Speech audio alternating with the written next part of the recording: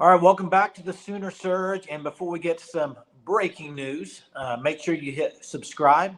As always, click the button to subscribe and join Sooner Surge. But let's get right to it. It's official.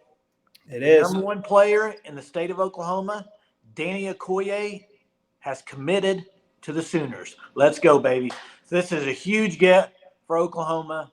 One that you look back maybe 3, 4 months ago, not really talking about it, right?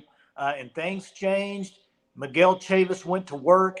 Danny Okoye, uh, pretty much after the visit to Oklahoma, the first game of the year, I would pretty much say shut it down. So this is a huge get. The power line is kind of completed, unless they get anybody else that has already committed somewhere else. But man, what a great defensive line class they have committed right now. And Danny Okoye is just going to be a beast for them. Yeah, you said it. You talk about the defensive line class they already had committed and adding Okoye. And this is the first time, I believe, in 4 or 5 years that Oklahoma has kept the number one player in the state home. So it's massive for Oklahoma. They've let guys like Daxton Hill, Chris McClellan, those are really two names that come to mind that they've allowed to get out of state that were the number one player. So to keep kids like this home, and they didn't get back in on Okoye until like May, really. And it was actually Okoye who reached out to Miguel Chavis. It wasn't the OU staff. So I thought that was pretty cool that Okoye reinterested himself in Oklahoma. And we saw where that went, man. Chavis, Brent Venables, they got their hands all over Okoye, and where's he at now? He's committed to the Oklahoma Sooners. It's incredible. And I think that whenever you get a guy like Okoye, that's a building block for an elite defensive Yep. class because he's someone that could easily be listed as a 5 star in my opinion if he didn't play such small school ball. I mean, when you watch him on the field, I think if he was to go up to 6A, he would still be super dominant. Like he just has all the physical tools, everything you need to be a great defensive end.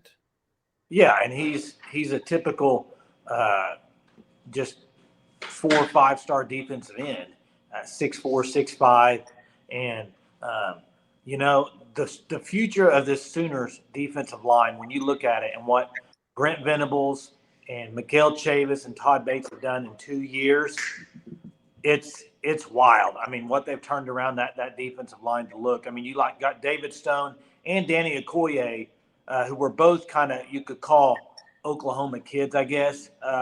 And you got them both. I mean, that's just crazy. Yeah, and they were able to land even a couple more players from the state of Oklahoma, including walk-on defensive end Bergen Kaiser, who's a guy in himself that will end up being, in my opinion, a 3 star prospect by the end of the cycle. So you're right. You talk about 3 defensive line commits they have, technically from the state of Oklahoma, because Stone, he grew up his whole life in the state of Oklahoma and did everything here. So it's like that relationship that Stone and Okoye have, and now for Miguel Chavis is focusing on one player only, and that's to flip Williams Winery from the University of Missouri. So I just think having Okoye, him being able to have that pool on the players that are maybe still left to be uncommitted that need to commit to the University of Oklahoma, and even he probably is going to help with some of the offensive linemen that Oklahoma still has left to target as well. So really, he's just going to be able to help peer recruit, in which Oklahoma already has some great guys that do that. Well, let's talk about Danny Okoye for a minute. I mean, it's a guy that does backflips on his visits. I mean, and in full pad. You know, I mean, it's just wild how athletic this guy is, for one, and he plays multiple position there at Noah. Seen him play catch the ball, obviously defensive end, and so he's so athletic. He's going to be a guy that when he gets to Norman, the ceiling for him, I don't. It's going to be so high. I just think he's just a different kind of breed there on the end. At his side. He is a different kind of breed. Yeah, and I think you said it is that just he does backflips on his visits, right? He's able to truly just kind of use his athleticism at Noah. Like they'll play him at slot receiver. They'll have him punt. They'll have him sometimes play linebacker. Like he can really do everything on the field. Shoot, he even plays tight end some. So there's nothing he can't do. And I think having the athleticism of him on signing day, even adding to a defensive end room that's going to have Wyatt Gilmore and Nigel Smith in there with him, that's very impressive, including the guys they're going to have back like R. Mason Thomas. And there's so many more.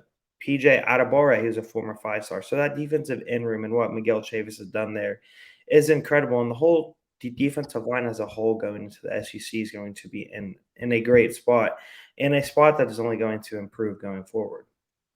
Yeah, and Miguel Chavis and Todd Bates, we talked about this, getting in where you can be in the top 2 or 3 for some of these kids, because you're not going to get them all. And we saw that, with Nwaneri committing to Missouri, with McKinley not committing to OU. But look what they got committed. David Stone, Jaden Jackson, Danny Okoye, Wyatt Gilmore, Nigel Smith. I mean, that is probably their highest ranked defensive line class. I would have to look up, see how long ago it's been to get a class like that. But it's an outstanding class, and Danny Okoye is kind of like the icing on top of the cake. I mean, just him committing tonight is just. I mean, now you're only 3 games into the season, and look what you have committed. You're not going down to the end of signing day to try to sign some of these guys. You have them all committed, which we know what that means for Oklahoma. When you commit to Brent Venables and staff, you're committed, right? And so these guys are committed. Like you said, they're committed to Oklahoma.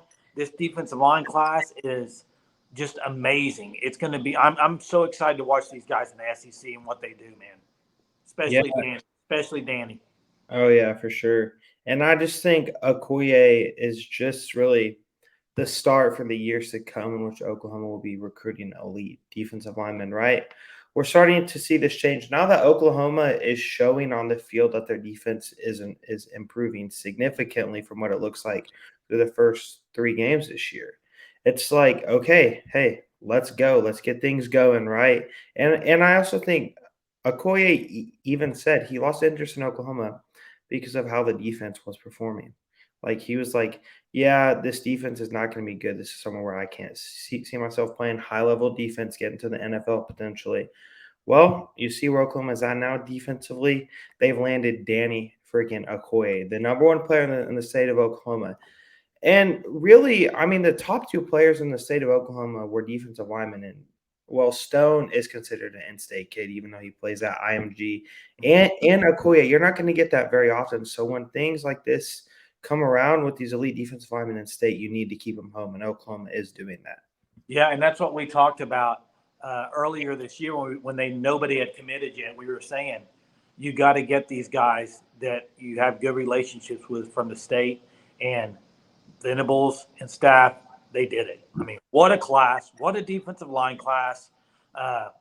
Danny Okoye committed to the University of Oklahoma. If you haven't clicked subscribe, please do to our channel. We try to give you the information as soon as we get it. And so, man, great news, great day to be a Sooner. Let's get ready to dominate Cincinnati on Saturday. Danny Okoye, welcome to the Palace on the Prairie. Till next time, guys. Boomer. Boomer.